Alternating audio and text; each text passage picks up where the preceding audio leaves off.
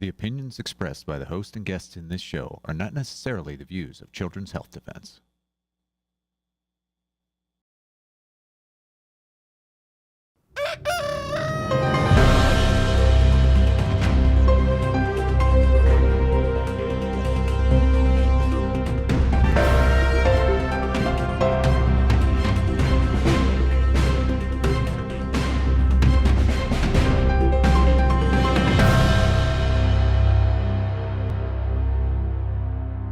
Good morning, CHD. It's Sunday, June the 8th, 2025. Welcome to This Week with Mary Holland, President of Children's Health Defense, and myself, Polly Tommey.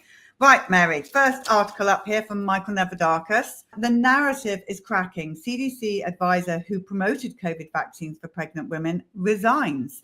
A pediatric infectious disease expert who helped promote the COVID-19 vaccine as co-leader of a CDC working group resigned from her position and is leaving the agency. In an email to colleagues, she said her decision to resign was based on her belief that she is no longer able to help the most vulnerable members of the population. There's clearly changes happening at CDC and with the ACIP committee, that Advisory Committee on Immunization Practices. This is great news. She says she resigned. Who knows if she really resigned, but it's showing that some of the people who've been pushing these mRNA shots on pregnant women in particular are leaving because they can no longer stand what I hope is an environment that won't tolerate that kind of, drug pushing. So it's a sign that the narrative is cracking, is the title of the article. But when she's saying she can't protect the most vulnerable, she's talking about the pregnant women that she, I presume, assumes should be getting the COVID shots. Oh, absolutely. She's been pushing COVID shots on pregnant women throughout COVID. And so they're no longer doing that in the same way. It's now shared decision making. It's not a government recommendation for children and pregnant women.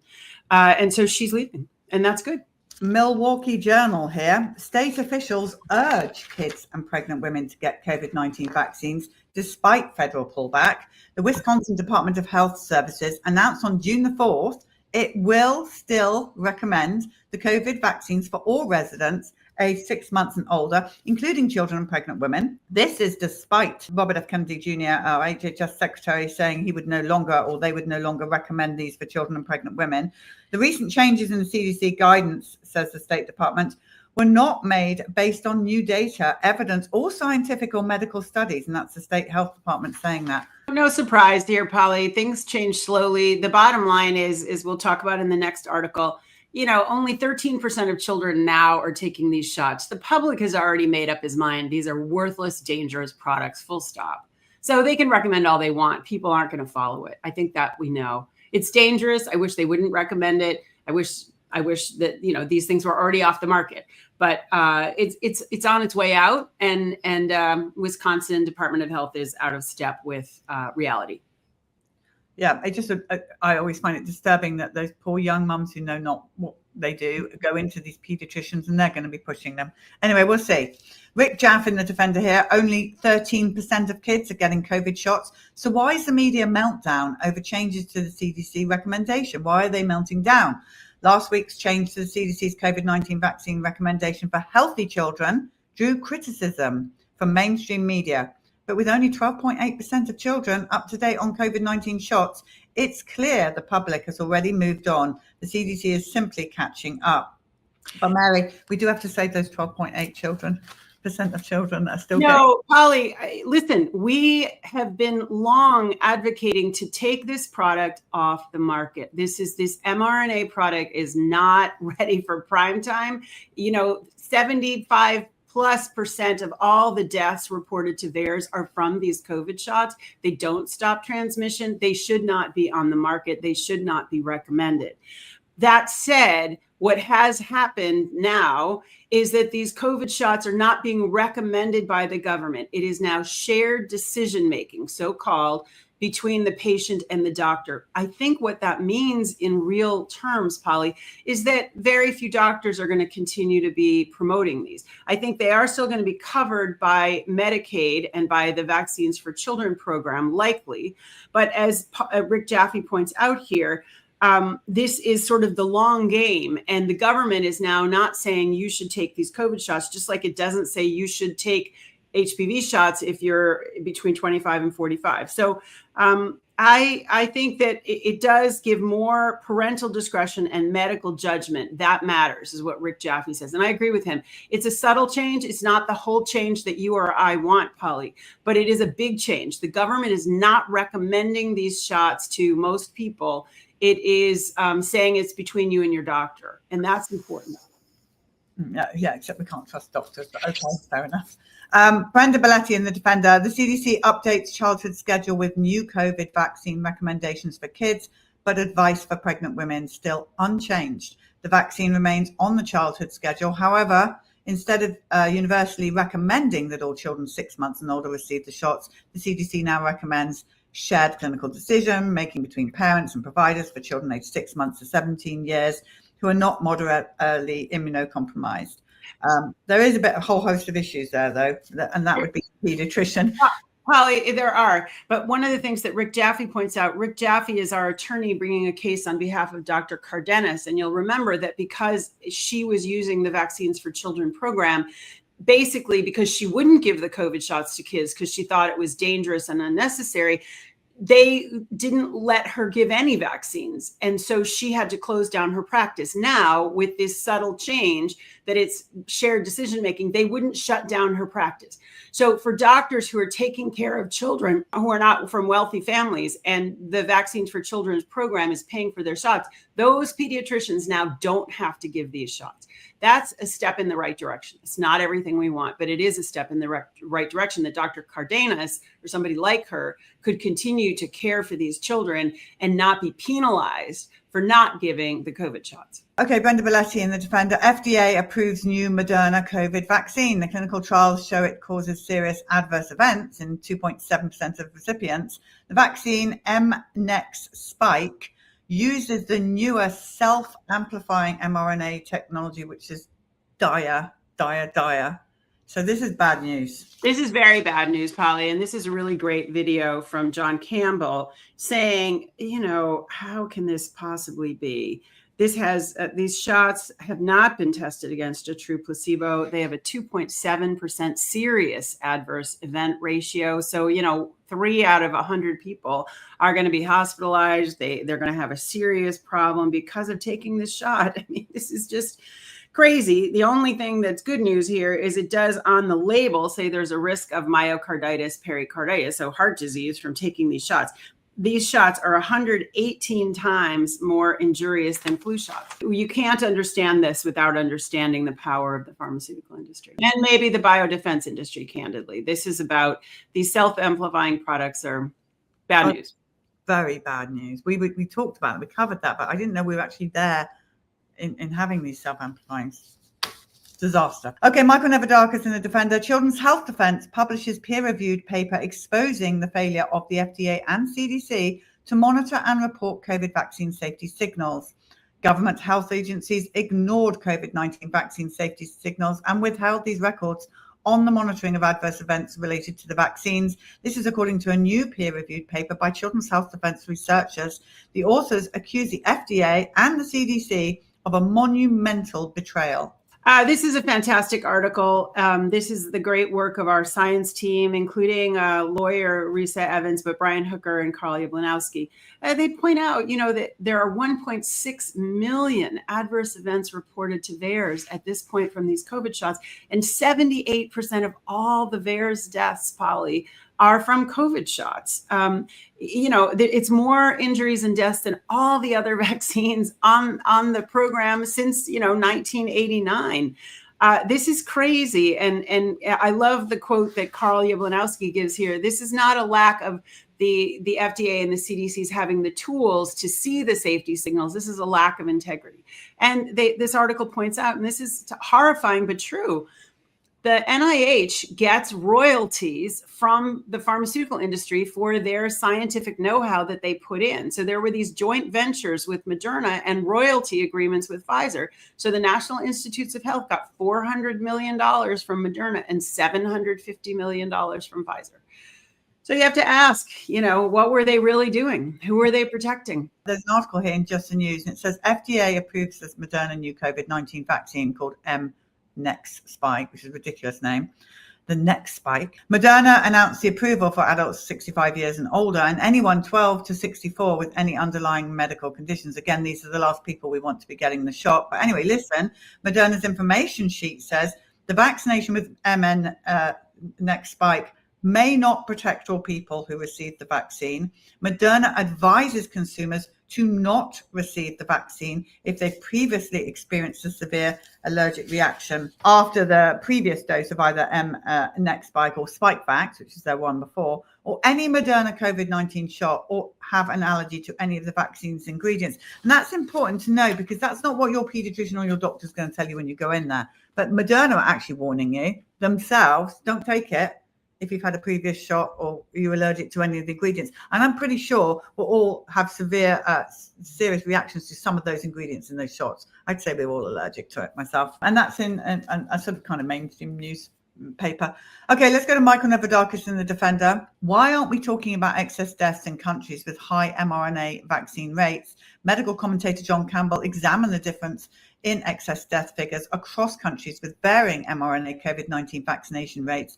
It's the end of May 2025, and we are still seeing excess deaths in most Western countries, but not in the Eastern countries. What could the difference possibly be, he asks? Well, what indeed, Mary?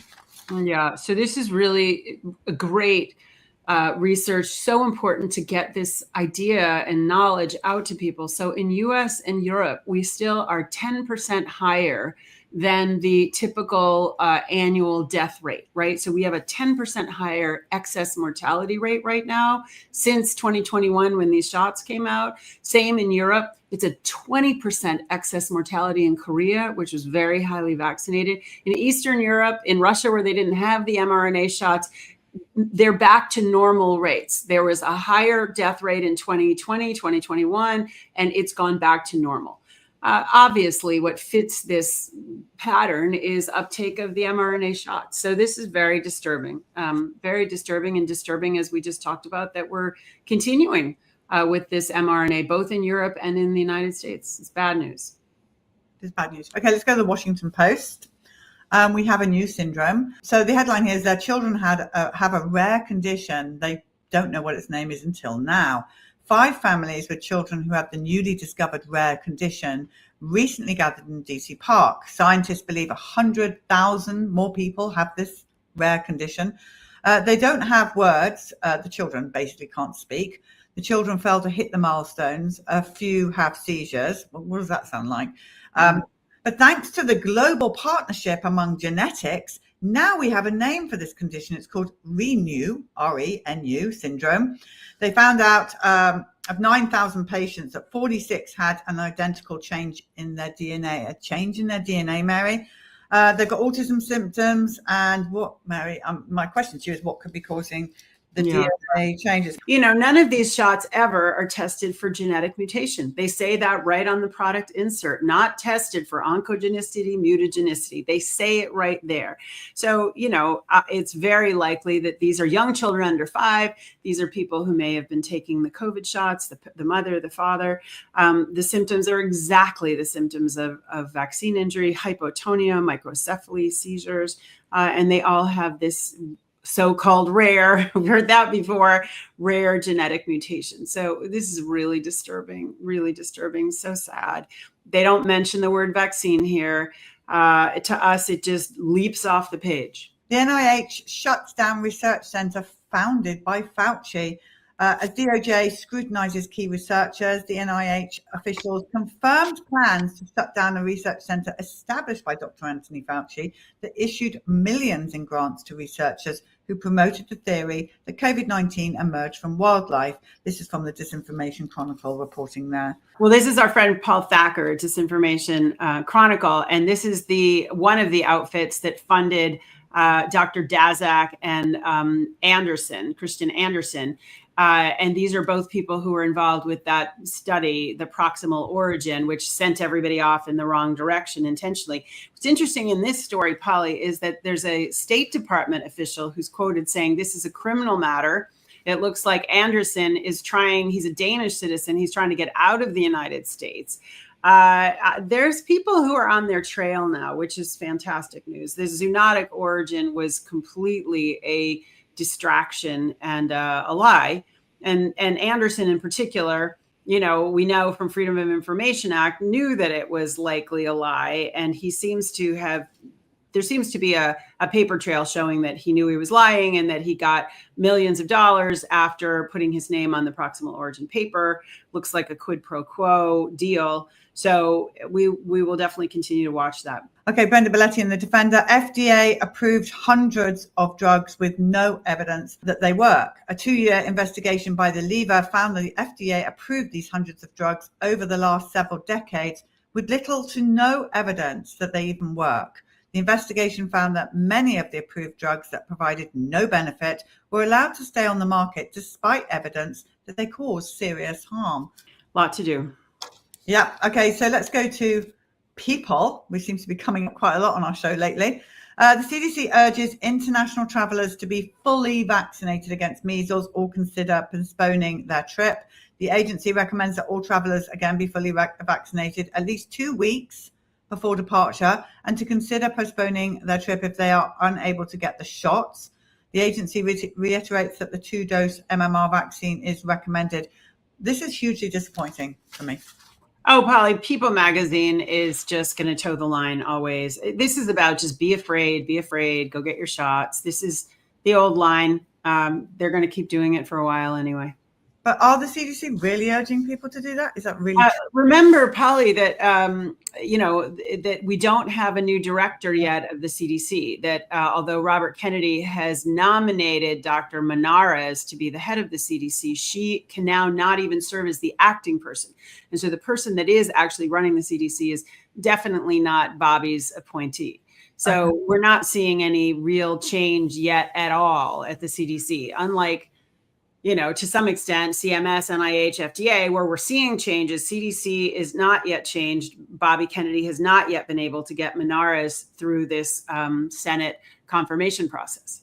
So they're not helping. Okay, Brenda Belletti in The Defender. New research reveals how vaccines may cause SIDS in some infants. Researchers who found that underdeveloped liver enzyme pathways in some infants may make it harder for them to process toxic ingredients in vaccines, a condition that could lead to SIDS. Well, we've seen this a heartbreaking amount of times. And I mean, great that new research is revealing that. I think we the people know that. Yeah, we know that babies shouldn't be getting this. And there's a really good but it's interesting, Polly, what they're saying. We know this, you're right, that this is a particular liver enzyme, but it helps to explain why, again, it's logical. Premature babies are at such risk and they insist on vaccinating them. And as, again, Carl Yabanowski, one of our scientists, points out, like there's the day of birth shot, but then there's this toxic onslaught at 2 months that we know, like they just load them up. And then those shots interact with Tylenol that the doctors recommend, which suppresses their ability to detox. And, SIDS rates in the U.S. are over double what they are in other developed countries. And 75% of them are within 1 week of vaccination. So the good news is our team at CHD is really working on SIDS. Our science team is really working on the research on SIDS, and we're looking at legal angles on dealing with SIDS because it's just unacceptable. Brenda Belletti in The Defender. New Jersey may require all residents to be automatically added to electronic vaccine registries. The New Jersey Senate is set to vote on a bill that would require everyone who isn't already enrolled in the New Jersey Immunization Information System to be automatically enrolled when they receive a vaccine. The legislation would eliminate the requirement for explicit consent, but will allow people to submit a written request to get out. So this is a typical maneuver, Polly, to move the totalitarian tiptoe, right? So instead of it being an opt-in, now it becomes an opt-out. Obviously, the only rationale for this is before the ultimate goal of having mandates for adults. It's out of committee. I'm not sure this is going to go to the floor for a vote. New Jersey, after the attempt in 2019 and 2020 to repeal the religious exemption, is still very, very alert and very energized against legislation like this. So I doubt this is going to succeed. Okay, I'm Michael Navadakis, Defender. New York's attack on medical exemption gives school officials power to override doctors on vaccines. Parents and medical freedom advocates who say the state's actions place vulnerable children at risk of further vaccine injury are calling on state lawmakers to pass legislation that would simplify the medical exemption process. So we have been supporting a lawsuit on behalf of a 16-year-old Sarah Doe who has 7 letters from doctors saying she cannot receive a third hepatitis B booster. But the school district says, no, you need that booster, against the advice of 7 doctors. And as a result, this poor child has been out of school and is, furious, appropriately furious. This really exciting news here, Polly, is that this Education for All Act, Senate 686, is being brought by 2 Democrats. Up until now, in recent years, this has been very partisan, anything about vaccines. And what's particularly interesting is one of these Democrats bringing the bill, Jamie Williams, talks about her own experience where they gave her child a Gardasil vaccine without her knowledge or consent, and she was furious about it. And so she understands sort of the parents being worried and parents not being respectful of parents' decision making about medical issues for their children. So I don't know if it'll get passed by the end of June, but I'm very hopeful that we will get a decent medical exemption, at least a medical exemption policy, Polly, because what they're doing to children in New York State is absolutely outrageous. They basically aren't allowing any medical exemptions. They're taking them away from children who've had them for 10 years, making it impossible for those children to go to school. It is an abomination. It's just shameful. It's truly shameful. Well, on Wednesday, Kim Rosenberg had Sarah Doe on and Jane Doe, and it was fascinating, and Tajaba Gibson as well. It was really good. 400 women are suing Pfizer over birth control shot that allegedly gave them brain tumors. Recent research has showed that Pfizer's widely used Depo-Provera, this birth control shot, is massively causing increase of developing brain tumors, and hundreds are suing. That's disturbing. Oh my gosh, Polly, they say here that you're almost 6 times more likely to get this kind of brain tumor if you took this birth control. And they're saying that the studies have come out and that in the United States, the company has not warned people as they are required to do. It's just tragic, honestly. An ongoing Pfizer nightmare. Yeah. Okay, tag 24. RFK Jr. jumps research into HIV vaccine to focus on currently available treatments.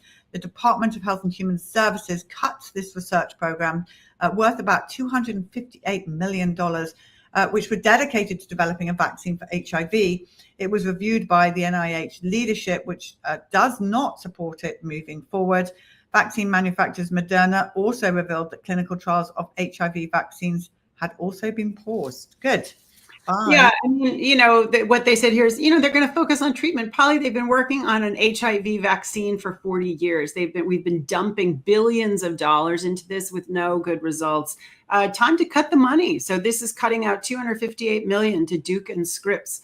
This is good news. Okay, Michael Nevadakis, trial gets underway in death of teen whose family alleged was killed by the hospital COVID protocols. This is the family of Grace Shearer, the 19-year-old with Down syndrome. They sued Ascension St. Elizabeth Hospital, alleging the hospital's COVID-19 treatment protocols directly resulted in Grace's death in October 2021. The lawsuit includes an allegation of medical battery, a standard of intentional harm beyond medical negligence by doctors and other providers. And yes, CHD TV have been streaming this all week and will continue to stream it. Actually, Mary, a lot of people are tuning into that. Thank you so much, Polly, for streaming it. This is such an important trial. I am so grateful to Scott Shara, Grace's father, and to Warner Mendenhall and his colleagues, the attorneys in this case. This is a bellwether case. This is the first prosecution. Well, it's not a prosecution, but this is the first civil lawsuit for medical battery of the hospital protocol deaths. So, this family did not give permission to do not resuscitate Grace, and yet the doctors themselves put that on there. And so there are 14 defendants, and Scott Shara, the dad, is saying he wants to overturn this kind of legislative immunity surrounding the medical profession. The lack of informed consent, the parents had the right to make medical decisions, which the hospital on their own initiative took away. That led to the battery, which led to the malpractice, which led to her death. that they expected her to go into the hospital for a couple days to get some oxygen and to get some steroids. And instead she was given a lethal, concoction of different drugs. The parents refused to have her go on a ventilator. They put her on the ventilator anyway. And as Scott, the father, says, this was all about the money.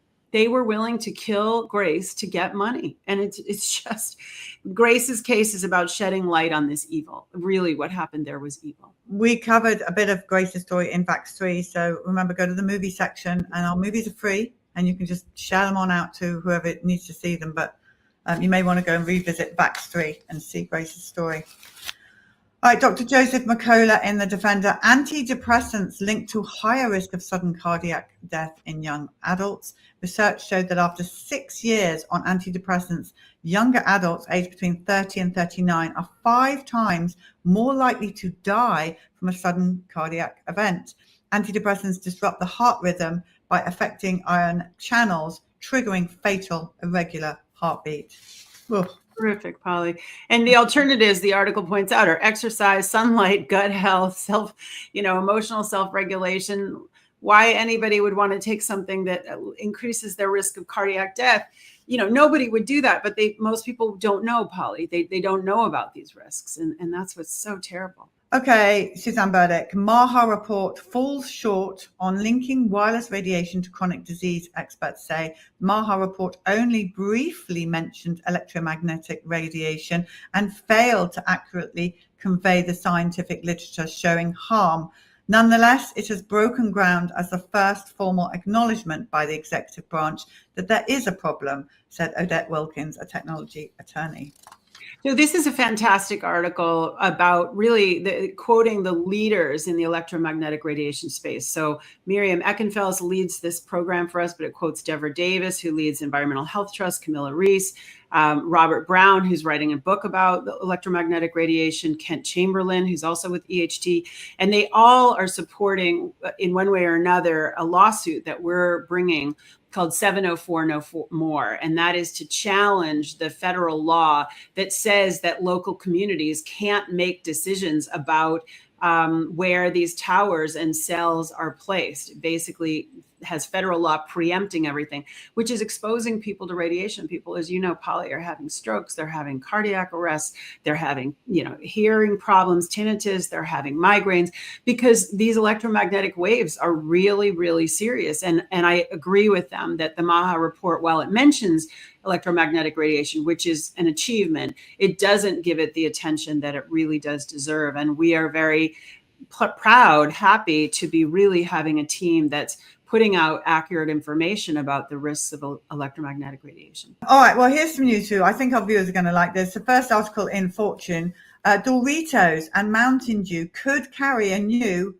not recommended for human consumption warning under landmark Texas bill. This is Texas Governor Greg Abbott, and he will decide whether to enact this bill requiring food manufacturers to add these warning labels. This is Senate Bill 25, and it would require U.S. food manufacturers to, beginning 2027, clearly mark products sold in Texas. The bill also outlines requirements for physical education, nutritional education in schools. According to John Hewitt, Senior Vice President of State Affairs at the Consumer Brand Association, the ingredients used in the U.S. food supply are safe and have been rigorously tested. Oh my goodness. How many times have we heard that? And then Michael Neverdakis does a really good article in the Defender. Again, not fit for human consumption. Again, it goes on about how Texas could require these warning labels. And it says, they're for brands like Doritos, but Fruit Loops, M&Ms, Oreo cookies, Skittles, Gatorade, Mountain Dew.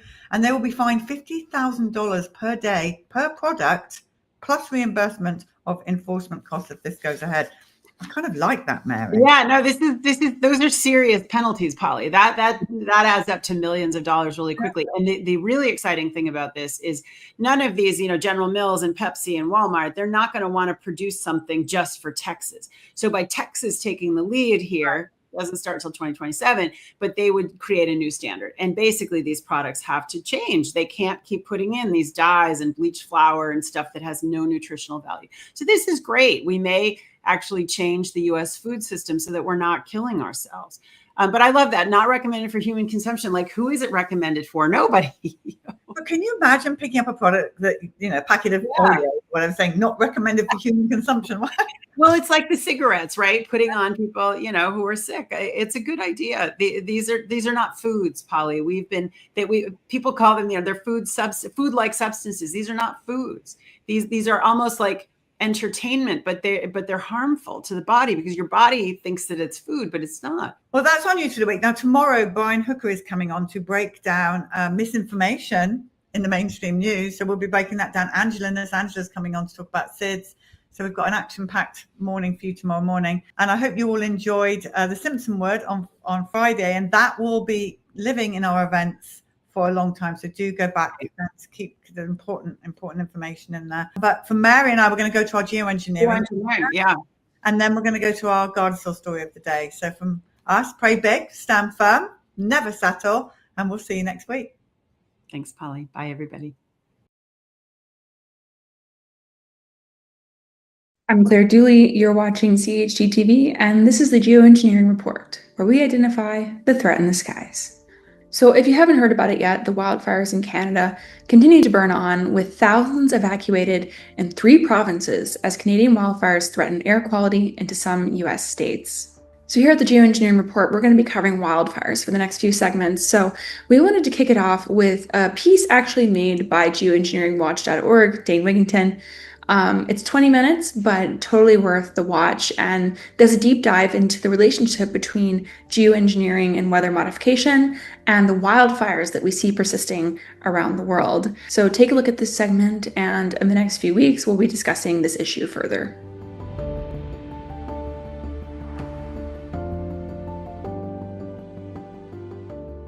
Vast portions of the planet are on fire. Fire behavior is unprecedented. Every year is worse than the last. Why? All official sources refuse to or are unable to offer any valid explanation for the increasingly catastrophic fires and fire behavior. Why not? Every single person that I've talked to so far has made the mention that I don't know why it's doing what it's doing. It's burning differently. It's burning more aggressive than it has in years past. And I know we say that every year, but it's unprecedented. It's burning in every direction all at the same time. What is actually the core causal factor that is fueling the unprecedented wildfires and fire behavior? Are global climate engineering operations part of this equation? Has the horizon we collectively face become so unimaginably dire and the powers who manipulate it so insane that the answers to some questions are far too horrific to face for the vast majority, including nearly the whole of the science community? The short answer is yes. We are now in completely uncharted territory, all of us. Abrupt climate collapse is not just coming, it's here now and will accelerate rapidly, with global climate engineering operations continuing to make it exponentially worse, not better. All life is now in the balance. Those who wield global power have long since known such a dark hour would come. They have long since known that militarized, industrialized society and the damage it inflicts on the environment and climate would eventually kill us all if allowed to continue. Not only did the power structure and the climate engineers hold to their course of planetary omnicide in the desperate attempt to preserve and expand their grip on power until the last possible moment, but they, the power elite, have doubled down on their desperation to a degree that can scarcely be comprehended. Wildfires are being facilitated and utilized as a form of geoengineering to temporarily cool portions of the planet by filling our skies with sun-blocking smoke particles. I will back up this extremely dire, fact-based conclusion in this video. How concerned are U.S. military leaders about the unfolding climate collapse? They have long since stated on the record that they consider climate change to be the greatest national security threat of all. Question: in regard to the climate collapse threat, are we to believe those who run the military-industrial complex are actually concerned about the population? Or rather, are those in power only concerned about maintaining their hegemonic power and control until the brutal, bitter end? Does that question even need to be answered? The statement shown by recently deceased Presidential Advisor Zbigniew Brzezinski should be deeply considered. Climate engineering, geoengineering, solar radiation management programs are the single greatest causal factor that is fueling unprecedented global wildfires. Frontline data confirms this conclusion. Ground-based ionosphere heater installations are a core part of the geoengineering climate manipulation operations. These massively powerful microwave transmission facilities can and are being used to heat the upper atmosphere and subsequently to steer upper-level wind currents, thus to steer precipitation and weather patterns. The near-constant, quote, ridiculously resilient ridge of high pressure over the western North American continent is the result of ionosphere heater-created and maintained high-pressure domes. The constant high-pressure ridge in the U.S. West has ensured the complete cutting off of desperately needed moisture to the west. Similar ionosphere heater-created high-pressure heat domes have also repeatedly baked portions of Europe and the world. Scandinavian countries were not spared from the ionosphere heater-induced high-pressure heat domes. Record heat, record drought, and record wildfires were, yet again, the result. The constant climate-engineered grid pattern spraying over our oceans is further disrupting the global hydrological cycle. Geoengineering over the oceans is extreme, relentless, and is another major factor that is cutting off precipitation where it is desperately needed. In regard to the impacts of global climate engineering, science publications almost always use words like could, may, and might.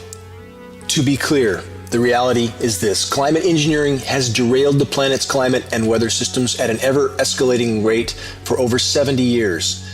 There is no room for words like could, may, or might. The catastrophic fires are not just an unintended consequence of climate engineering. They are now, in fact, part of the geoengineering desperation. As abrupt climate collapse accelerates exponentially, climate engineering operations have been used to set the stage for wildfires of unprecedented size and intensity. Again, why?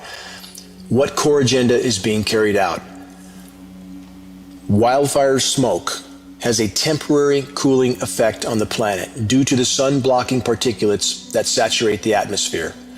This is exactly the goal of solar radiation management operations, known as SRM. The SRM programs are utilizing jet-sprayed aerosol dispersions to block some of the sun's incoming thermal energy at unimaginable cost to the planet and the web of life as a whole. Is the intentional incineration of forests the final option of unimaginably desperate power structures all around the world? Frontline data indicates the answer to this dire question is yes.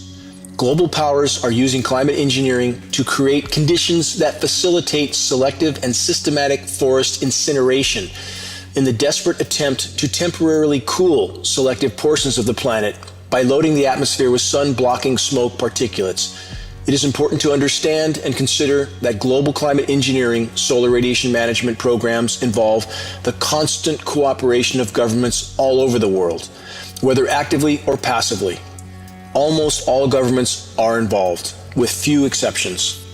Ongoing global climate engineering solar radiation management programs are completely disrupting the global hydrological cycle, causing record droughts and record deluges, are destroying the ozone layer, which is allowing lethal levels of UV radiation to reach the surface of the planet, including UVC radiation, are completely contaminating the biosphere from the clouds to the ground with highly toxic heavy metals, polymers, and chemicals. Peer-reviewed study proves that some of these elements, like aluminum and barium, have very negative effects on root systems, causing trees and crops to reduce or stop nutrient uptake. Climate engineering programs are contributing to extreme global tree, foliage, and crop die-off, a result of factors already cited. Geoengineering programs are creating exponentially more dry lightning strikes due to the atmospheric saturation of the electrically conductive climate engineering elements, which also act as desiccants that further dry out forests and foliage. And finally, geoengineering programs are greatly contributing to the fire intensity and volatility due to the fallout of climate engineering elements like aluminum and barium, which are incendiaries. This incendiary dust settles down through the atmosphere, coating virtually everything on Earth's surface.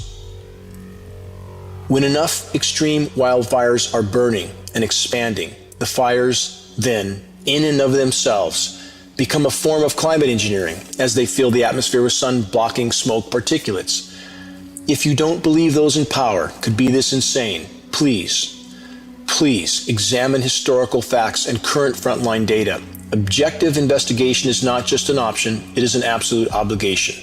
It is our responsibility. The aircraft flight tracker images shown were captured on July 20th and July 21st of 2018, just days before the start of the catastrophic car fire in Shasta County, California. This capture reveals the extremely anomalous flight paths of two separate aircraft over the Redding area. Again, here is the question that is at the core of this report. Does the smoke from wildfires actually cool the planet temporarily? The science consensus on this question is clear and not disputed. The answer is yes. Ongoing science study from multiple sources continues to confirm the short-term, large-scale cooling effects of atmospheric smoke particles from extreme wildfires. The climate engineers are, in fact, facilitating the incineration of huge swaths of forest in a desperate and unimaginably destructive attempt to temporarily cool some parts of the planet by creating a scenario that is comparable to a volcanic winter effect. Those in power and the agencies they control, including corporate media, are doing their best to condition the population into accepting continued scheduled planetary burn-down scenarios as being, to some degree, part of a natural cycle. This could not be further from the truth. There is nothing natural about the climate on a completely geoengineered planet. The extreme weather whiplash scenarios will continue to worsen rapidly as the climate collapse unfolds, being further fueled by the ongoing and expanding climate engineering operations. This most recent National Oceanic and Atmospheric Administration departure from normal high temperature map shown is shocking and revealing. The scenario climate engineers have scheduled is a complete reversal of the previous month's extremes.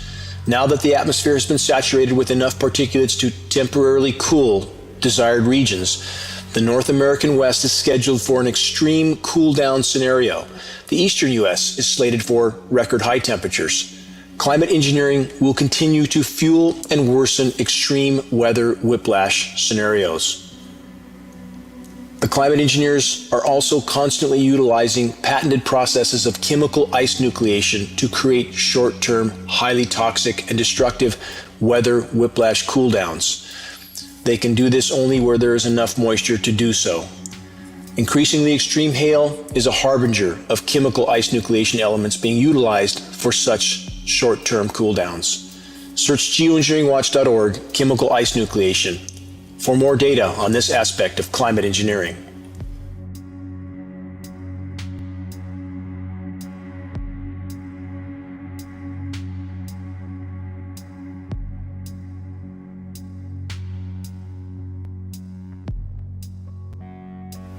Weather forecasting scripts designed to prepare the public for the coming scheduled weather changes are already being disseminated. It is important to remember that all weather modeling for the National Weather Service and the National Oceanic and Atmospheric Administration is done by private defense contractor and geoengineering patent holder, Raytheon. It is also important to remember and consider that there is an illegal federal gag order on all National Weather Service and all National Oceanic and Atmospheric Administration employees, the nation's weathermen. Illegal federal gag order. Are the climate engineers actually desperate enough to fuel forest fires in order to saturate the atmosphere with sun-blocking particulates? Again, an unimaginably desperate attempt to temporarily cool the planet. Question: does any rational individual that is to any degree familiar with the level of insanity that runs the world and has run the world, Believe that those in power are not insane enough to do this? For any that are willing to face the full truth head on, the answer is clear. Yes. Yes, those in power would absolutely incinerate and destroy huge parts of the world in order to mask the full degree of unfolding biosphere collapse and thus to maintain their power till the last possible moment. Numerous science reports and studies, past and present, confirm the conclusions of this video report. The climate engineers need to generate the hottest possible fires in order to push the smoke particulates as high as possible into the atmosphere, which allows the particulates to migrate maximum distances and thus have the maximum duration cooling effect. In regard to the runaway climate collapse that is unfolding on planet Earth, the rapidly thawing methane deposits in the polar regions pose the greatest threat of all. Methane deposits are thawing and in many cases virtually exploding into the atmosphere. Why does this present such a dire threat? Because methane is an extremely potent heat-trapping gas. Methane is over 100 times more efficient at trapping heat than is CO2 over a 10-year time horizon. And there are enough methane deposits in the Arctic alone to turn our planet into a scorched, lifeless rock resembling Venus, 100 times over. For decades, those in power have been trying to hide this unfolding scenario from populations with covert climate engineering operations, which, paradoxically, are actually fueling the overall planetary meltdown. Geoengineering is fueling Venus syndrome. This term is not a metaphor, rather it is a recognized scientific scenario. Geoengineering is creating short-term highly toxic and destructive cooldowns at the cost of an even worse overall warming. Again, are the climate engineers willing to incinerate much of the planet's forests in order to temporarily cool the Arctic and other regions? Again, the answer is yes. Wildfire smoke from high-latitude firestorms can and has temporarily cooled the Arctic at the cost of making the overall long-term warming worse. Atmospheric aerosols from smoke that has been generated from anthropogenic or human-caused wildfires becomes a form of solar radiation management, which again is a form of geoengineering. But again, we must ask, at what cost to the environment and the web of life has this temporary cooling come? Smoke from extreme fires in Siberia had already begun covering the Arctic skies in the summer of 2018, even before the latest round of Western North American wildfires had exploded. Peer-reviewed science study confirms the temporary cooling effect of wildfire smoke in the Arctic. Though many will choose to believe, quote, those in power would never do this to themselves, history says otherwise. The excerpt shown is from a peer-reviewed science study that specifically addresses the cooling effect of wildfire smoke. This study unambiguously states that there is, quote, a significant cooling effect at the surface, end quote. It also states that even a, quote, passing smoke plume would cool the Arctic tundra and the adjacent ocean. Further, this profoundly important statement is made in the science report. Again, quote, should this effect occur, the cooling effect from wildfire smoke, should this effect occur with some frequency over broad spatial scales, the Arctic climate could be modulated in important ways. How revealing is that statement? Question: is it just a coincidence that the science study cited a moment ago was published a month after the 2008 California firestorms, which immediately followed an extreme level of jet aircraft atmospheric aerosol spraying operations throughout the state of California? The heavily aerosolized skies, which are far more electrically conductive, facilitated some 8,000 dry lightning strikes, which started over 800 wildfires. For the record, the unprecedented firestorms of 2008 followed record-shattering low levels of Arctic ice in 2007. Was the California firestorm experiment nothing less than geoengineering solar radiation management desperation? An experiment to temporarily slow the planetary meltdown at unimaginable cost to the planet as a whole? How much material can a single large wildfire expel and emit into the atmosphere? The excerpt shown from an example science study provides a stunning example. In the case of the fire studied, over 5 million metric tons of total pollutants were expelled into the atmosphere, 46,000 tons of which were particulates. How much landmass can and have the current wildfire smoke particulates actually covered? This atmospheric smoke aerosol map provides shocking input. This NASA satellite image clearly reveals immense wildfire smoke plumes covering much of the North American continent. Global geoengineering operations are creating conditions that allow the weather makers to utilize the incineration of forests in order to load the atmosphere with sun-blocking particulates. The price the planet has and is paying for this unimaginably destructive form of climate mitigation cannot be quantified and is not reversible in any time frame that matters. We will never again know the once thriving planet we had. Frontline data on the true degree of polar ice disintegration is being systematically hidden and manipulated. As I have covered in this report, unimaginably insane and omnicidal climate engineering operations are also being used to mask the polar disintegration from public view for as long as possible.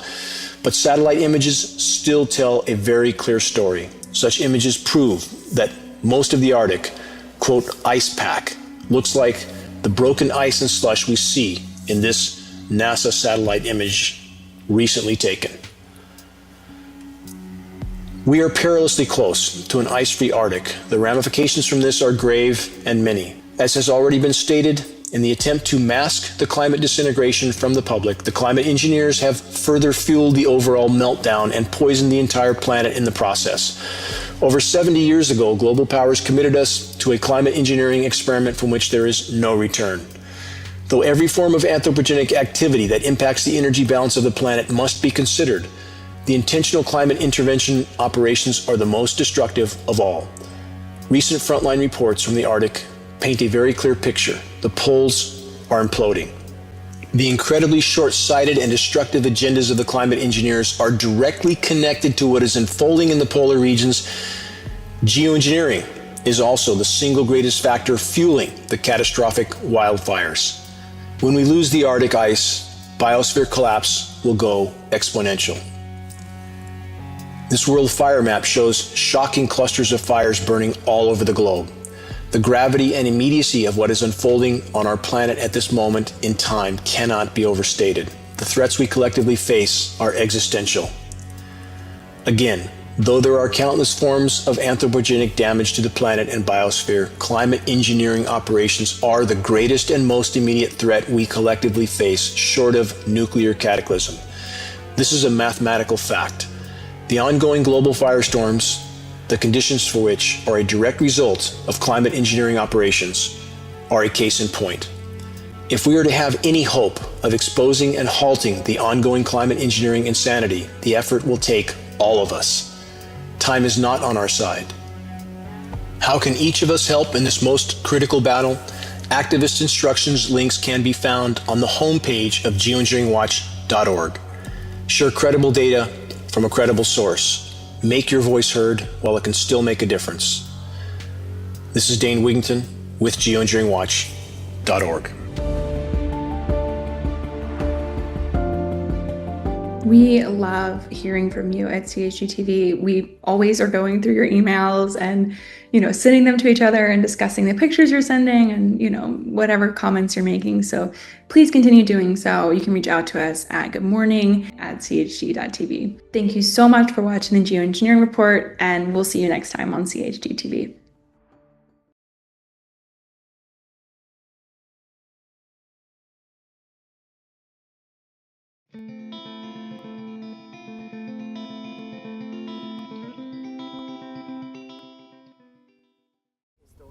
Right, so tell everybody who you all are.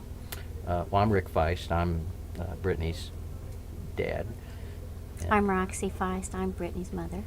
And I'm Brittany Feist, the vaccine-injured one. Now, do you have any more children? No.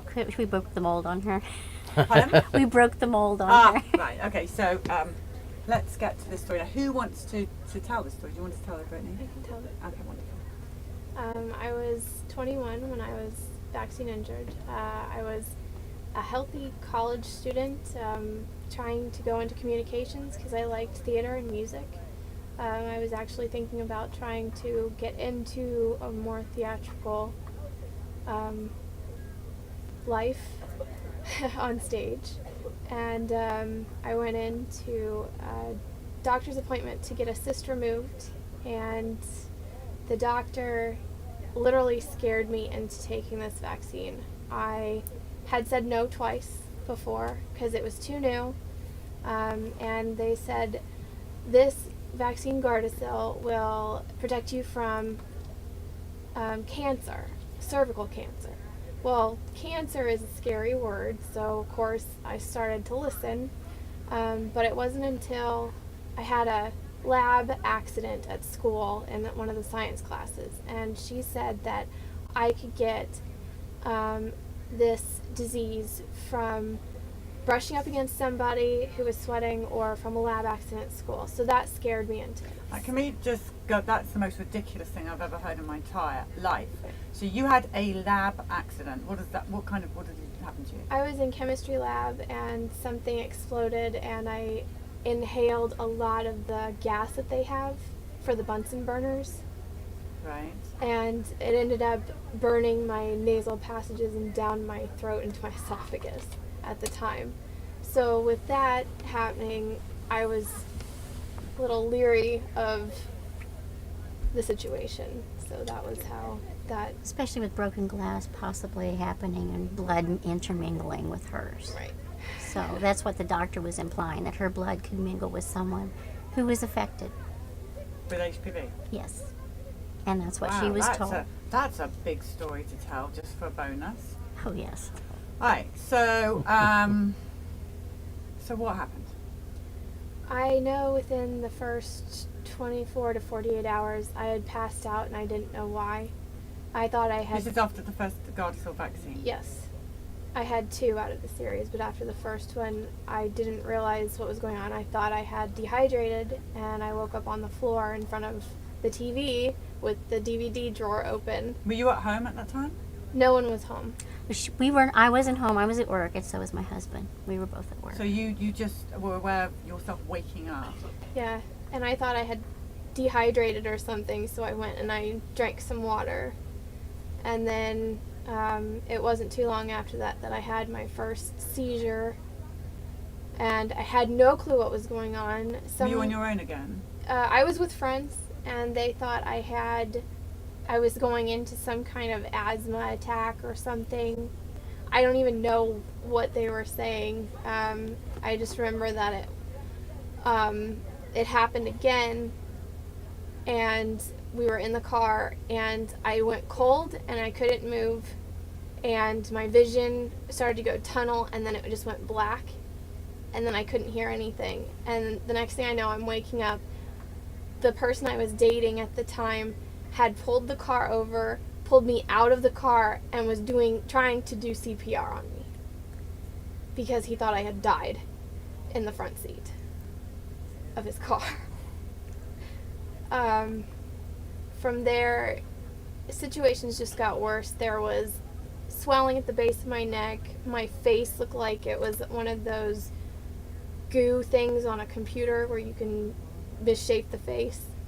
And it happened right in front of Mom's eyes one night. I was laying there just crying because there was so much pain and I couldn't understand why my head hurt. Where was your pain? It was in my head, and it was going down my spine. And I just remember like screaming because it hurt so much, and it was because the aluminum in the vaccine had breached into my brain, and I had heavy metal poisoning, and I didn't understand what was going on. Right. And from there was damage done to the brain. There was damage done to the stomach. And it wasn't showing up right away. They didn't test for the vagus nerve damage for 4 years. She was throwing up daily. Everybody was looking at the brain and the spinal column. They sent her right away to the hospital. The guy grabbed her in emergency and said, I don't see any swelling, and he's squeezing her all over, and she's passing out. And Did you mention vaccine damage at any Yes. point? Yes. we tried to. We told him that she had this They shot said it couldn't have been the vaccine because it's safe. because it's safe. And they blew that off. And then they tested her for several days for mental acuity and whether she was, having depression or there was something wrong with her mentally. And she cleared all that. It was not a conversion disorder, they had finally ruled. She saw 64 specialists who threw up their hands most of the time and said, well, we don't know what to do with you. Nothing is showing up on the test except you have something odd going on With your DNA. with your DNA, and then there was something odd happening with the IgG or IgA, one of those tests, and then it finally settled down. But that was at the point where she had lost the ability to walk. She couldn't see very well. Her vision was doubled and blurred. She couldn't read anymore. She began to regress. She became like a 9-year-old child, 7 to 9 years of age, and could no longer read and write. And yet still nobody's taking responsibility Right. at all Right. for this vaccine. No. No. So she was wheelchair bound, bedridden for a long time. And this is after 2 Gardasil shots. This was after So 2. after the first one, did you have any of these symptoms, or did this all This- happen after the second? It started with the first, and then with the second, it got worse, and I almost died. See, we didn't realize what was going on because she wasn't home a lot. She was out with her college friends or she was away. And when she would have these events happen, we weren't around. But then when she began to tell me about these things, I began on the calendar to count backwards and to look at the time frame. And then I began to write in a journal.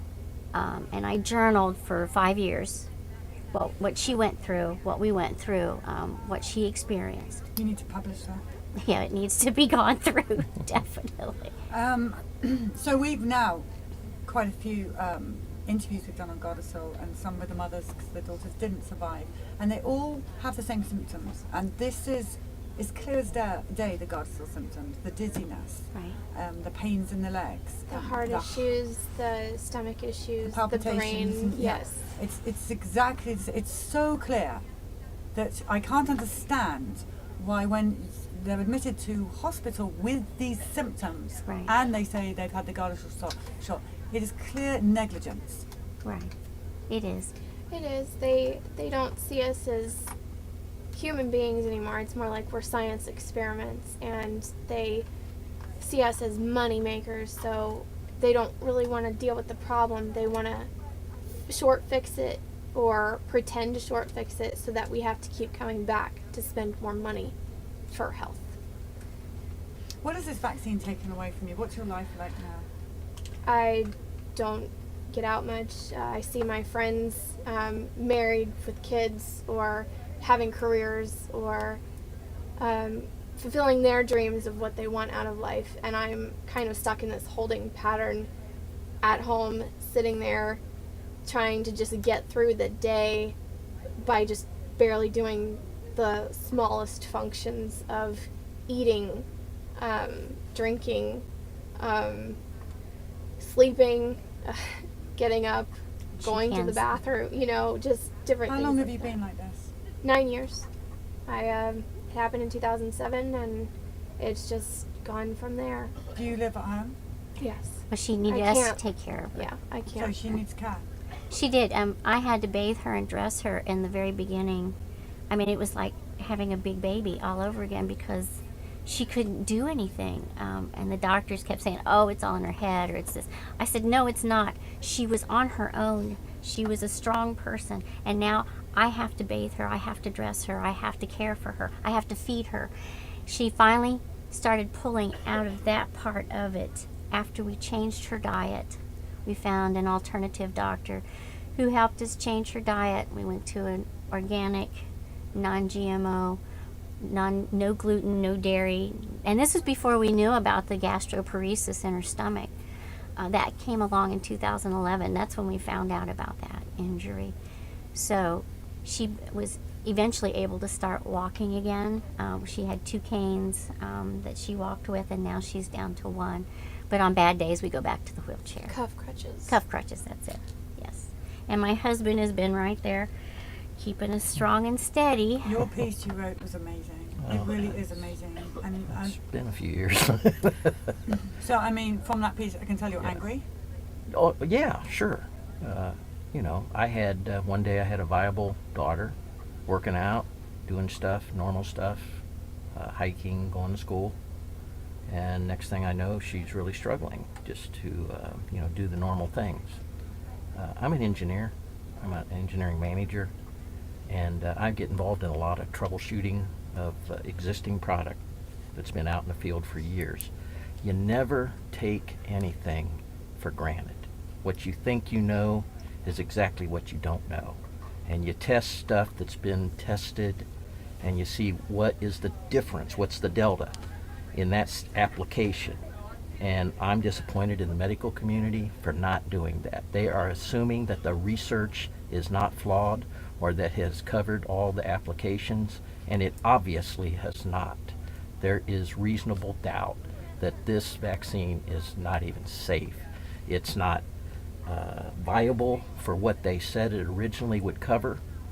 It is not worth the risk to take this vaccine. And yes, I'm angry because it has affected my family. If it was somebody else that affected their family, they'd be angry too. So We share your anger. Absolutely, I'm angry. Yes. Please know that we're angry with you. Oh, very. Did you go back and see the doctor that gave your daughter this vaccine? We had discussions, and it was clear that the vaccine absolutely could not be the cause. Yeah. And like I say, as a professional, okay, I'm not a doctor, but as a professional, that's not the way you troubleshoot problems and have success. I've had a lot of success in troubleshooting problems that were difficult to find in my profession. And it starts, and many times, in fact, many times it's been that which you assumed was already proven. What do you say to other fathers who are about to, because I know these people, who just simply believe that their pediatricians are literally, and it tends to be ones who have lost loved ones to cancer, so maybe not thinking straight, and totally believe the doctor when the doctor says this is totally safe. Do the research. Do the research and look for the motivation behind the application of these drugs, these vaccines.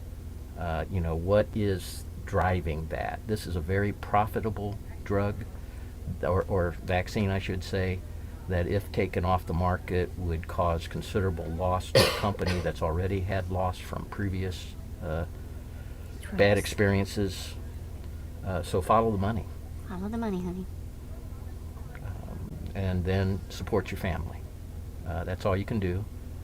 Try to stay smart, try to stay solid, because in a lot of families, I think it's easy for people to start going against each other. I think fathers especially are distrustful of this could be wrong, that the vaccine might not be viable, and they begin to blame actually the people that took the vaccine and not support them. I think that happens sometimes. You know, believe in your family, and do the research, follow the money, and trust your instincts. And what would you say? There are clearly whistleblowers for Gardasil working right now that know, they know what this is doing to people like your daughter and Brittany and the girls that have lost their lives. They know. What is your message to them? Those that are working for the... That know that they could come out and stop this. They could stop this right now. I don't know. You have to live with yourself, I guess. I understand the pressures. Their jobs are threatened. I spoke with someone here, I won't mention who, but is a professional in the medical industry and is very brave in speaking out, but has to be careful. Had to hire a lawyer because you tell the truth.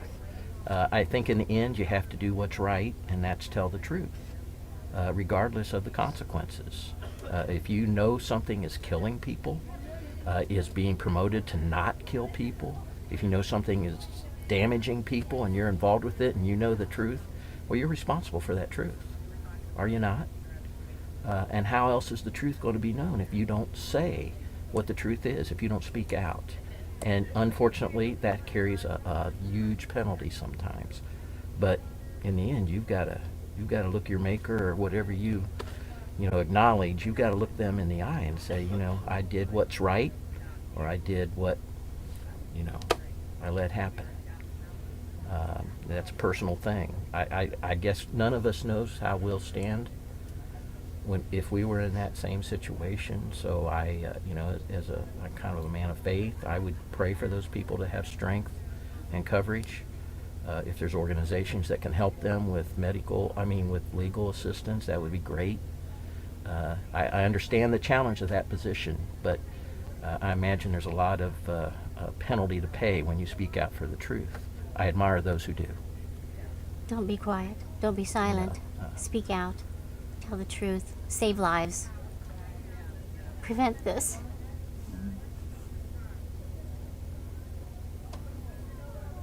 That's what this is. It's a big lie. I'm sorry, guys. I just don't want anyone else to get hurt from this vaccine. I've seen too many people whose lives have been destroyed or just ruined because of this. And I want better for everybody. No one deserves to go through this. No one deserves this nightmare. Far less damage has been done by other things, like the airbag thing. Yes. There were much fewer deaths, much fewer injuries, and immediately the company involved said, okay, let's stop, Take it off the market. Government takes action, but this is far greater than that and has endless repercussions, exponential effects possible. And yet, there's hindrance on this. Why? You know why? Because of money. Money. Money is the driving factor. It's because of money. Yes. How do you get by day mentally? It's a challenge. Some days are worse than others. I have trouble even getting words from my brain to my mouth a lot. And there's a lot of problems with thinking. I have to get help a lot from mom or dad to even figure out how to form a sentence sometimes. Sometimes.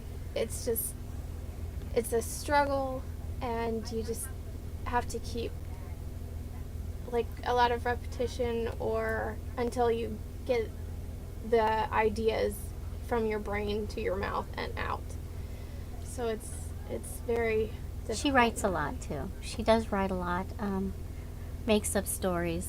It helps her mind to get it off of her situation, just to write about. Do you write about your injury and how you're feeling? Is it like a diary? It's more of fantasy characters overcoming struggles and battles because of I haven't been able to really put into words what this has done to me personally or how I feel about it, because it's just been too tough the past so many years. I was able to in the beginning, but I just can't do it right now.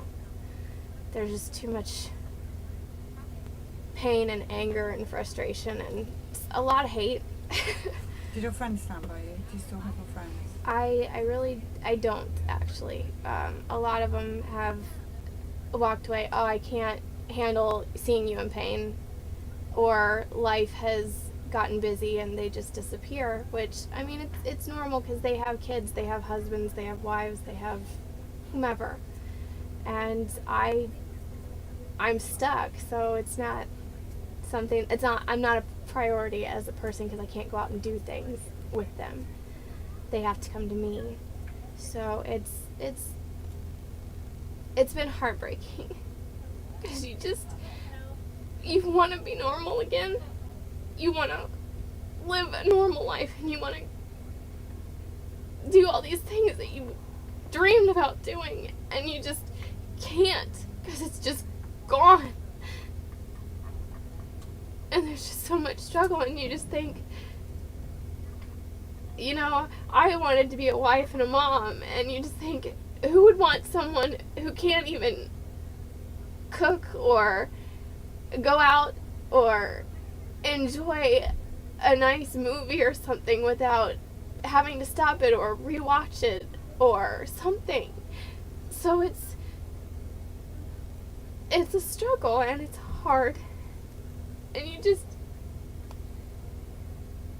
I just don't understand why they can't admit that what they're doing is wrong, and I can't understand why no one is coming forward and saying, hey, this is wrong, what they're doing to these people, and this isn't a lie, and it's not in their heads, and it shouldn't be about money, it should be about human beings, because the medical field was created to save lives and not destroy them. And all I'm seeing is destruction from these vaccines, from Gardasil to all these different others. And I'm tired of it. And when I speak out against it, I get negativity and I get berated and slandered because we're ingrained from a certain age that vaccines are so important and that they save lives, when there is no proof. They don't test them the way they should, and with all the amounts that they're giving kids in the United States, I don't know about other countries, but the amount has risen to, like, I don't even know, what is it, 30, 40 now? Something. And to add this to it and give it to babies and boys and men and women, and it's just, and they get hurt and they start showing symptoms, and then they're just like, well, we don't know what's going on. And it's just, I just want to say they are so full of it, because they do know. It's just, it's more money than it is anything to them.